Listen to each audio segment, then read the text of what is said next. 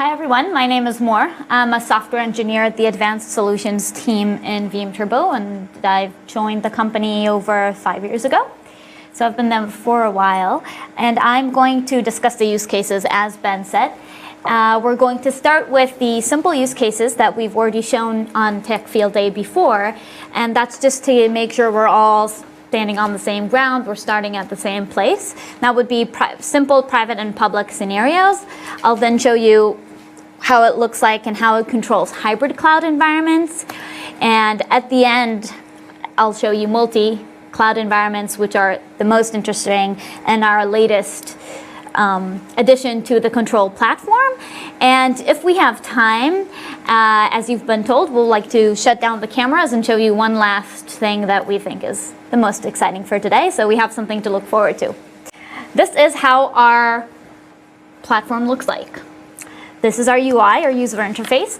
And as Ben explained before, this is all based on the supply chain, and the intelligent platform that drives it is the economic scheduling engine. This is an interactive diagram of the supply chain, and you can move between saying, for example, all of the virtual machines in your environment, and they're sorted out here by the level of their health, the least healthy VMs at the top. And if you choose one, then you can see exactly the entities that it buys from and the entities that it sells to. For the virtual machines, they buy from the physical machines and storages, and they sell to the applications.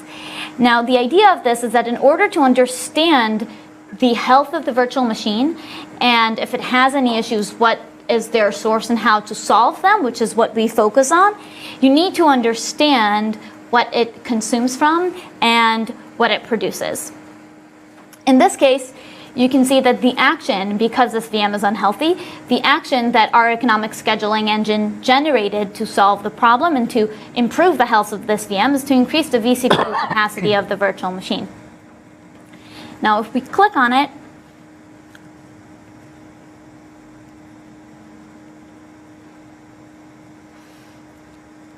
then we can see all the data about it. We can choose the provider VDC that it is running on and see all of the status for that VDC, for example, or we can go back to the virtual machine. Let's take a look at the applications. We have 3 applications that are unhealthy. And as you can see, I wanted to demonstrate here before, we have an application here that is running on very high transaction log. So we have the recommendation to increase the transaction log capacity. I've previously executed that action, which dropped the transaction log back to a healthy state. And I've reverted that action to show you how in real time we detect that the problem is back again. We can go in to see all the physical machines as well. Do you do that on the level of, we say you need to give it more memory, more CPU, or do you also tell the application it might be better to spin up another VM? Yes, and I will demonstrate exactly how that works in a few minutes. Okay. So the next use case that will follow will be the hybrid cloud, and that will a little bit together with horizontally scaling applications. Okay. This is kind of the more basic scenario, but very similarly to that, the way the economic scheduling engine abstracts buyers and sellers. So in the same way that we would recommend to horizontally scale an application, we recommend to horizontally scale a physical machine in this case. So because there is a demand for more resources, physical machine identifies that, and we recommend to provision a new physical machine. So in the same way that this works, the same economic scheduling engine will recommend to clone an application. And as I said, I'll demo that a little bit later. If anyone has questions, feel free. Yeah, more. I do have one. From memory, the economic scheduling engine it sort of runs on a cadence. Is that correct? So it's at every N, it will recalculate the market economy type rates for transfer of resources around. Is that right? So that's not specific to memory. I mean, the way the market algorithm works is it runs every certain amount of minutes, and then all the entities go shopping, and they recalibrate the actions that they want to perform in order to improve their health. Yeah, but as in, so if there's a certain number of objects in the way the system works, it models all of the resources as an object, kind of, that has buy and sell prices and so on. Yeah. But that's a global recalculate, isn't it? Or that's what I'm trying to understand. Or can objects sort of go shopping at different times to each other, and it's therefore much more in order to dynamic? make it efficient, Yeah. they all go shopping at different times. Yes, Yeah, it's it is. exactly. It's they're not all shopping at the same time. Okay, right, cool. Excellent. Just make it more efficient. Okay. Right. And then each entity goes shopping every certain amount of minutes.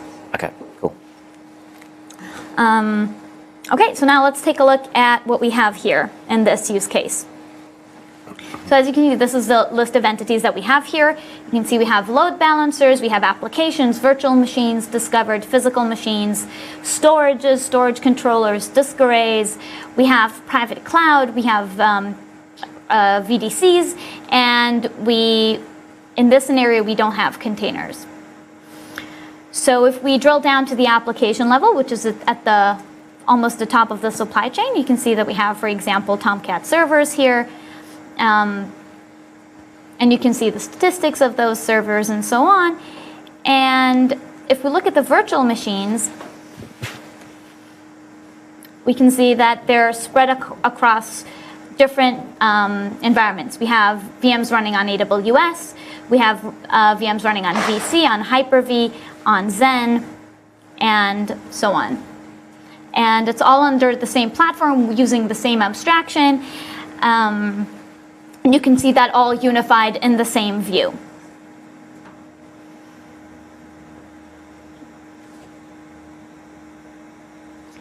You can also see all the actions that we have in the system for all virtual machines, for example. You'll see that we recommend to move some of them because of congestion of different resources on different physical machines. And we also recommend to resize some of them because they are misconfigured to match the amount of demand that they are using. So for all actions recommended, is it a manual process to accept them? That depends on how you set the system. Everything that you can execute, you can also automate. And that depends on the amount of trust. We, of course, think that the more you automate, the better and the healthier your environment is going to be. And we recommend that you automate everything to maintain your environment as healthy as it can be. There are things that we cannot automate, things that cannot be manually executed. For example, provisioning a new physical machine. But we'll get into other ways that we can solve this problem automatically in the next few demos. And I guess just to expand on it, I think Moore said an important point there, it's trust, right? So for our customers, the sooner they start to trust the decisions and they see those decisions are actually keeping their workloads healthier, the more they automate. A lot of them, even before they spend a single dollar with us in the pre-sales process, majority of them will start to automate in, let's say, a lab environment or non-production workloads. Our biggest ones are fully automated in production. I have another question. Right. So if it makes a recommendation to increase resources and you let it do it, would it ever make a recommendation to decrease? Like if Yes, it was of a course. sporadic issue? Okay. Absolutely. Yes. I can go back to what I've shown a few seconds ago. You can see that you have decrease here, and I think I also have an increase. If not, I have it in a different, one of the other demos I'll show you an increase. But if we're already talking about automation, then I have one cluster in this environment which I did start automation on. And if we look into that cluster, you can see that there are no actions to be taken and that all the entities in that cluster are fully healthy. Although if we go towards all the rest of the clusters, you can see that there are a lot of actions. And I'm sorry, the internet here is a little bit slow. But you'll see that you get not all green. You can see that there are entities that are not in a healthy state. And that's the value of automation.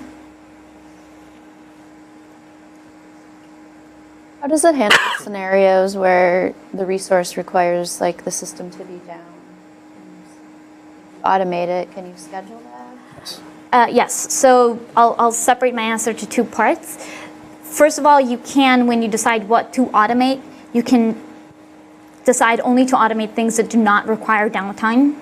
And you can also specify that per specific timeframes for specific groups of VMs or individual ones. So you can say, I have this cluster and this cluster. You can automate everything only at night, and during working hours, don't automate anything that requires downtime. Can you show the top version of actions at the top? The mic? Oh, sorry. I think showing the top. Yeah. Yeah. Yeah, it's showed up. Right, so, and then we can also only show you the most important actions to take, the ones that will have the most impact on your system, so that you don't have a list that's unmanageable of things that you need to execute. And can you prioritize objects so that these are more critical to our business operations, so they should go up the priority? Yes, we view that as for every workload in your environment, you can set a priority, whether it's a mission critical VM or less than that. And the way the economic scheduling engine works is that it's all about the amount of money that you have to buy resources. So what we do to handle mission critical VMs is you can give them infinite budget or a larger budget than other entities in the environment have. And by doing that, they have more money to buy more expensive resources. And they can drive out increased prices and drive up workloads that don't have enough money and don't have enough budget to run on the same places, and by that, assure that they get the resources first. The one thing I would add, I don't know if you want to show quickly in the policy and the QoS targets, but so back to the applications, we've instrumented a lot of the common JVMs, databases, so you can set specific response times for those workloads, either through VMTurbo, or you can connect to another, whatever system the customer is using to manage response time today. And then basing on a specific target, you're going to say, hey, if I'm at risk of violating that target, the QoS response or the QoS target that I'm managing towards, this application is going to get a lot more budget. So it's going to get priority all over the other workloads. So let's say, a trading application is going to get more workloads during the trade, or so more budget during the trading day, versus something that's, VDI for the HR department over across that global bank. Because we know those applications are most important to us, and they're going to get the most budget. Ben, if you don't mind, the easiest way to think of it is this. As an application seeing more transactions flowing through the application, it earns more revenue. That revenue must, in our model, be spent and can only be spent on resources. As those transactions increase in latency towards the target QoS, so say it's 800 milliseconds. At 100 milliseconds, they're a certain level. 200, they're higher. 300, they get exponentially. So it's basically a logarithmic scale. And so what that does is it enables the applications to earn more revenue. And that enables them to dynamically shape supply to meet the demand. You're welcome. What I also wanted to show is that you can change the SLA, the quality of service, that a certain application should be assured. And by doing that, you make sure that the economic scheduling engine will give the application more revenue the furthest it gets from the quality of service. The closest that it gets to the limit of the quality of service. So I think we're good with this scenario. Any other questions for this use case? Okay, so give me a minute. I need to switch VPN to start off our next use case. So while you're doing that, can I ask just a general question about the idea of the product? Yes. From what you've shown us just so far, and from what I believe about the product, you're very focused on virtual machines, workloads.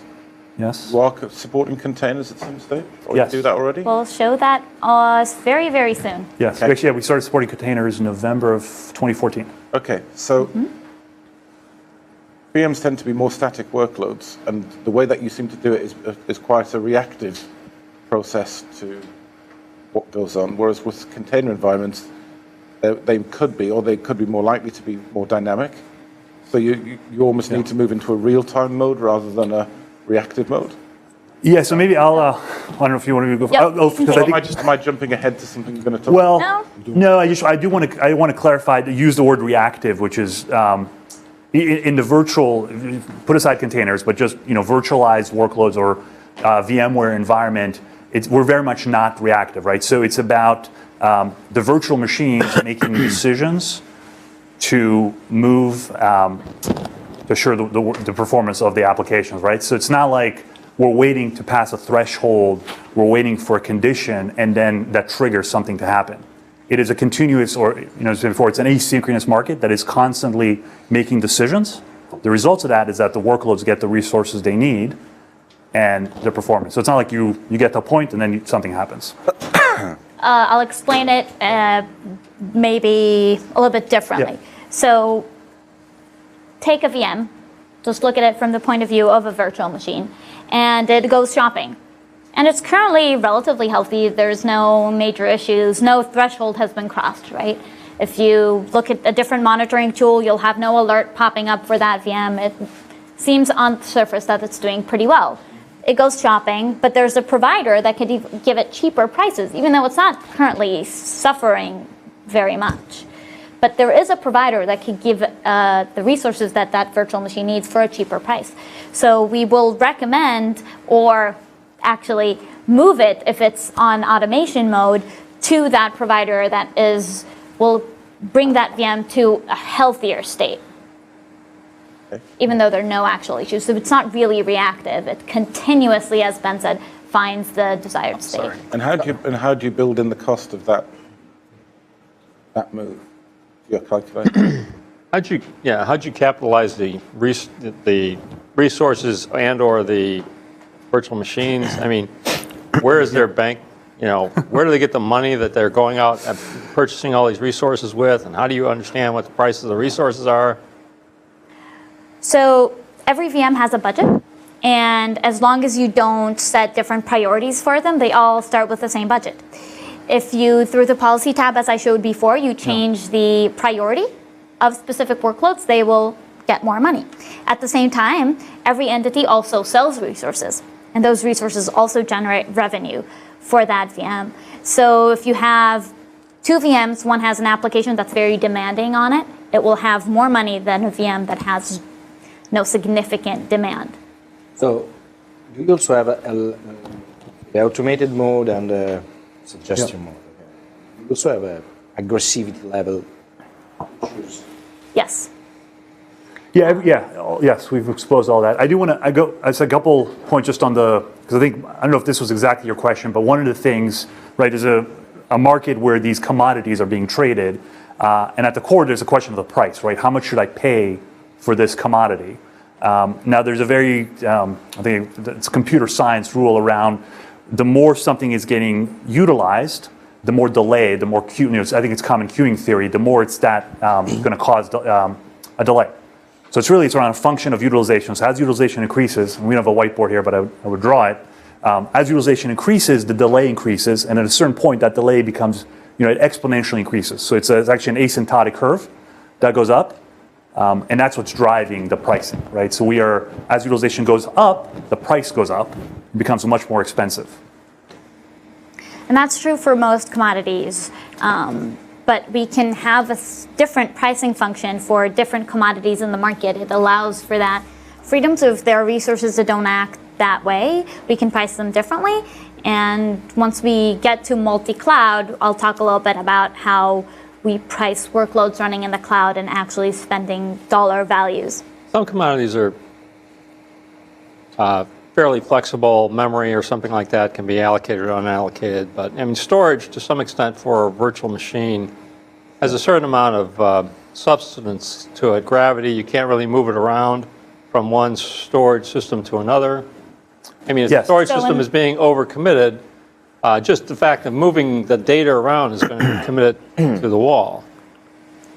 Yes. Yeah, and there is, so we also take into cost the cost of the move itself is taken into consideration. So if you're going to move a very large VMDK versus a smaller one. VM or something like that. Yeah, that is going to be, that is all factored in. It's all part of that, the decisions.